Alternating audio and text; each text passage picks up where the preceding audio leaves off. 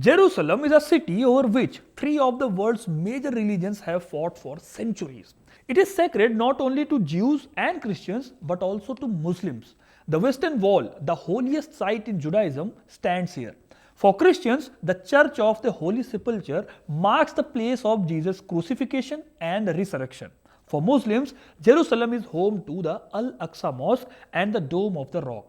Each religion holds Jerusalem at the center of its sacred history. Only few cities on earth have seen as much bloodshed as this one. Every faith tells its own story about Jerusalem. But here is the question. Many people don't ask it. Islam emerged in the 7th century. So how did Jerusalem come under Muslim control? Who was the first Muslim leader to receive Jerusalem? And why does this city hold such deep importance in Islam? That is the story we explore in today's video, so watch till the end to get full insights. Islam emerged in the 7th century when Prophet Muhammad established the faith in Arabia. But Jerusalem's history stretches far beyond the birth of Islam. Long before Islam, Jerusalem already held deep importance for Judaism, Christianity, and the Roman Empire. According to Jewish traditions, King Solomon built the first temple in Jerusalem. It was later destroyed by the Babylonian Empire. The Jewish people then rebuilt the site, creating the second temple. The temple was destroyed by Rome in 70 AD. Around this period, Jews were expelled from Jerusalem despite their centuries-long connection to the city. In the 4th century, Jerusalem's religious identity shifted once again. Under Roman rule, during the reign of Emperor Constantine, Christianity gained imperial support. Jerusalem was elevated into a major center of the Christian world. It was during this time that the key Christian sites were established, including the Church of the Holy Sepulchre. For Christians, Jerusalem became sacred because it was linked to the crucifixion of Jesus Christ and the belief in his resurrection. But with the rise of Islam in the 7th century, Jerusalem's story was about to change once again. The Battle of Yarmouk took place in August 636. It was fought near the Yarmouk River along the border of present-day Syria and Jordan. On one side stood the Muslim army. On the other side was the army of the Byzantine Empire. The Muslim forces were led by Khalid ibn al-Walid, known in Islamic history as the Sword of God. The Byzantine army was far larger in number. Despite this disadvantage, the Muslim army prevailed. Superior strategy, discipline, and battlefield coordination turned the tide. The defeat shattered Byzantine power in the Levant. With this loss, the Byzantine effectively lost control over Jerusalem. Jerusalem now stood exposed. The Muslim forces could move on the city at any time. The Byzantine Empire no longer had the strength to defend it. After the victory at Yarmouk, the Muslim army advanced towards Jerusalem. At the time, Jerusalem's religious leader was Sophronius of Jerusalem. He was a deeply religious man and a respected intellectual. Sophronius knew that a Muslim attack could come at any moment. He was responsible for the city's spiritual leadership and its safety. Before the Muslim forces arrived, he took urgent steps. The city walls were repaired. The citizens were warned. Everyone was told to prepare for a possible siege. One task was especially critical for the Christian leadership. Sacred relics had to be protected. Several important relics were sent out of Jerusalem to Constantinople. Among them was the true cross, believed by Christians to be the cross on which Jesus Christ was crucified. Sophronius did everything he could to preserve Jerusalem's sacred heritage. But the question remains, did his strategy work? Under the leadership of Abu Ubaidah ibn al-Jarrah, the Muslim army laid siege to Jerusalem in November 636 AD. The siege lasted nearly 6 months. As with any siege, supply lines were cut. Food stopped coming in. Water became scarce. Jerusalem soon began to suffer shortages of both food and drinking water. During this time, Sophronius of Jerusalem realized a hard truth. The Byzantine Empire would not come to Jerusalem's aid. He was left to defend the city on his own, and without a field army, that task was nearly impossible. Sophronius also feared something else. A prolonged battle could damage Jerusalem's holy sites. To prevent destruction, he chose a different path. Instead of war, he turned to negotiation. He decided to try to save the city through treaty and peace. Sophronius sent a message to the Muslim commander Abu Ubaidah ibn al-Jarrah. He offered to surrender Jerusalem, but on one condition. The city would be handed over only to the Muslim Caliph Umar ibn al-Khattab, not to any local commander. Sophronius believed that a holy city deserved a holy and high-ranking leader. Only such a figure, he felt, had the moral authority to receive Jerusalem. There was one problem though. Caliph Umar was in Medina, nearly 1000 kilometers away. Despite the distance, Abu Ubaidah passed the message on to the Caliph. When Umar learned of the condition, he accepted it, and he set out on the long journey toward Jerusalem. This is a well-known story about Caliph Umar ibn al-Khattab and his journey to Jerusalem. Umar is said to have travelled the entire 1000-kilometer distance without royal pomp or display. He was accompanied by just one servant. They set out from Medina on a camel. According to the story, they had only one animal between them.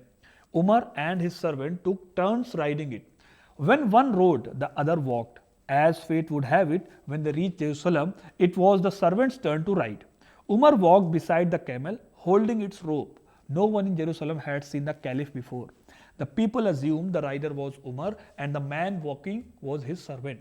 When the truth became known, the reaction was one of disbelief. Patriarch Sophronius of Jerusalem and the citizens of Jerusalem were astonished. The ruler of a vast empire had arrived with nothing but humility and simplicity. In April 1637, Caliph Umar ibn al-Khattab entered Jerusalem. Soon after, he signed an agreement known historically as the Pact of Umar, also called the Covenant of Umar. This agreement guaranteed safety and legal protection for the Christians and Jewish inhabitants of Jerusalem. Under its terms, the lives and property of the city's Christians were to remain secure. They were granted full freedom to practice their religion. They could pray in their churches and observe religious festivals. No church would be damaged. Muslims were not permitted to occupy Christian places of worship. Most importantly, no Christian would be forced to convert to Islam. In return, Christians were required to pay the jizya tax. This payment served as a guarantee of protection. Those who paid jizya would not be forcibly conscripted into the Muslim army. The agreement also addressed the status of Jews. Jews who had earlier been expelled under Byzantine rule were permitted to resettle in Jerusalem. As part of this arrangement, around 80 Jewish families were allowed to return to the city. Now, here is another story often linked to this moment. It is said that when Caliph Umar ibn Khattab arrived in Jerusalem, Patriarch Sophronius of Jerusalem took him to Christianity's holiest site in the city, the Church of the Holy Sepulchre. It was time for prayer. Sophronius invited Umar to pray inside the church. Umar politely refused. Instead, he prayed outside. When Sophronius asked why, Umar is said to have replied that if he prayed inside, Muslims might later claim the church as their own and turn it into a mosque. He did not want his action to endanger a Christian place of worship. However, this story is not fully confirmed by contemporary historical records. While the early historian Al-Baladhuri refers to an agreement related to this episode, detailed documentation is limited. Even so, the larger point remains clear.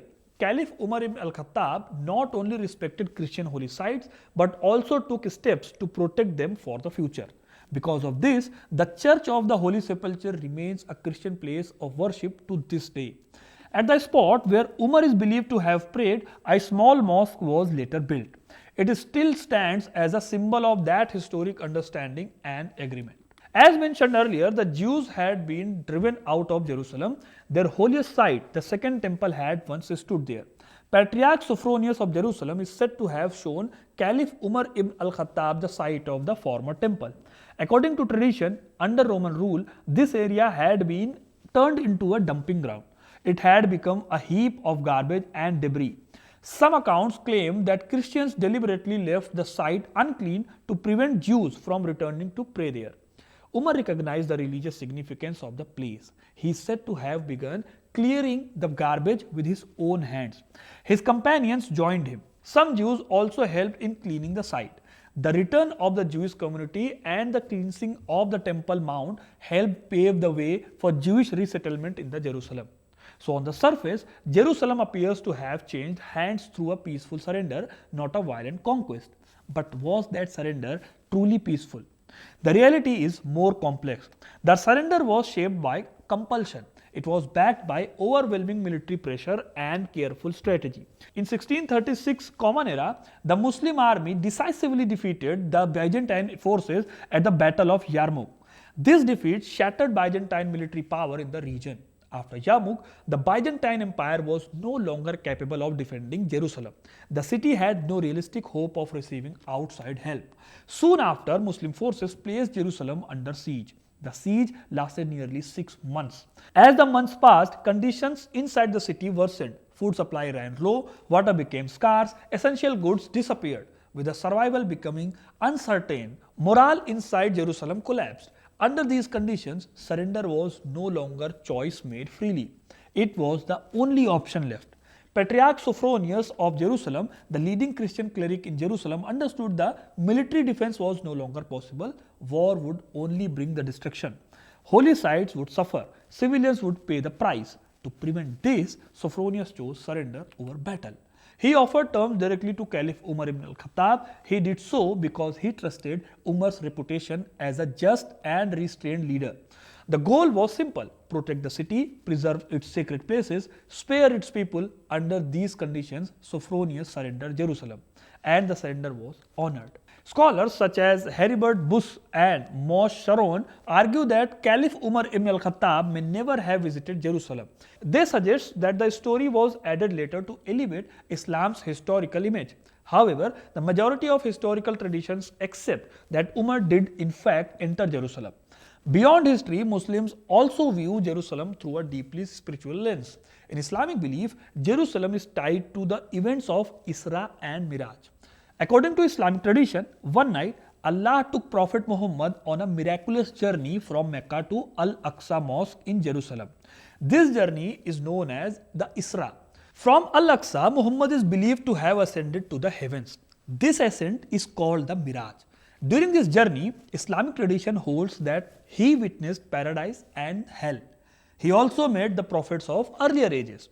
This story led Jerusalem to be regarded as the third holiest city in Islam after Mecca and Medina. It is here that the Al-Aqsa Mosque stands, one of Islam's most sacred sites. For this reason, the capture of Islam is often described in Islamic history tradition as a sacred victory, a moment that permanently rooted Islamic culture and heritage in the city. Some historians connect this episode to the idea of Islamic tolerance also. They argue that the victorious Muslims respected the religion rights of the defeated Christians. Others take it as a more critical view. Historians such as Bernard Lewis and Mark R. Cohen point to the concept of dhimmi, non-Muslim living under Islamic rule. In this system, non-Muslims were protected but also placed in a subordinate legal position. Even so, many scholars maintain that Umar's conquest of Jerusalem was largely peaceful. Christian institutions were preserved and core Christian traditions were remained intact. Overall, the first Muslim capture of Jerusalem was more than a military success. It was a turning point that reshaped the city's religious and cultural identity. Under the leadership of Caliph Umar ibn al-Khattab, Jerusalem entered a new phase of rule. His policies emphasized restraints, order, and religious accommodation. As a result, the city came to symbolize coexistence among faiths under Muslim governance. For long periods, multiple religious communities lived and worshipped there. Islamic architecture began to define Jerusalem's skyline. Sites such as Al-Aqsa Mosque and the Dome of the Rock became central to the city's identity. The Arabic language spread. Islamic culture took deeper roots. So this was the story of how Muslims for the first time captured the Jerusalem, the holy site for the Christians, Jews, and also for the Muslims. So I hope you like this video. If you like this video, please like and share this video to your friends and family. And if you like this video, please subscribe to the channel for the new updates. Thank you.